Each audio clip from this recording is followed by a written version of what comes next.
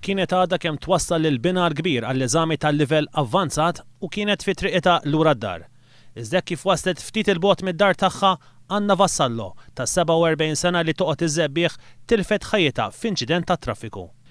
Kienu għal-ħabta ta' 3:30 tal-ħamis wara nofsinhar xkien l-om ta' żewġ subien ta' 14 u 18 sena kienet qed issuq fi triq l-Imġar, it-triq li tagħti minn Mosta għall-Imġar.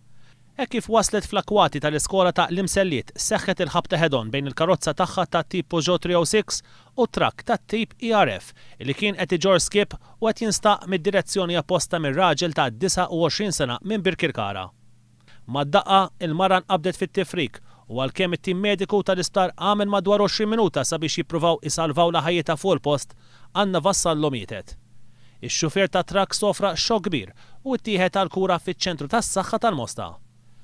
Ftit tal-ħin wara fuq il-post waslu raba tal-mara fosthom żewġa u huwa l-kbir, kif ukoll Father Noel Vassallo li huwa ħu ir-raġel tagħha li kienu li ta' l-aħħar assoluzzjoni.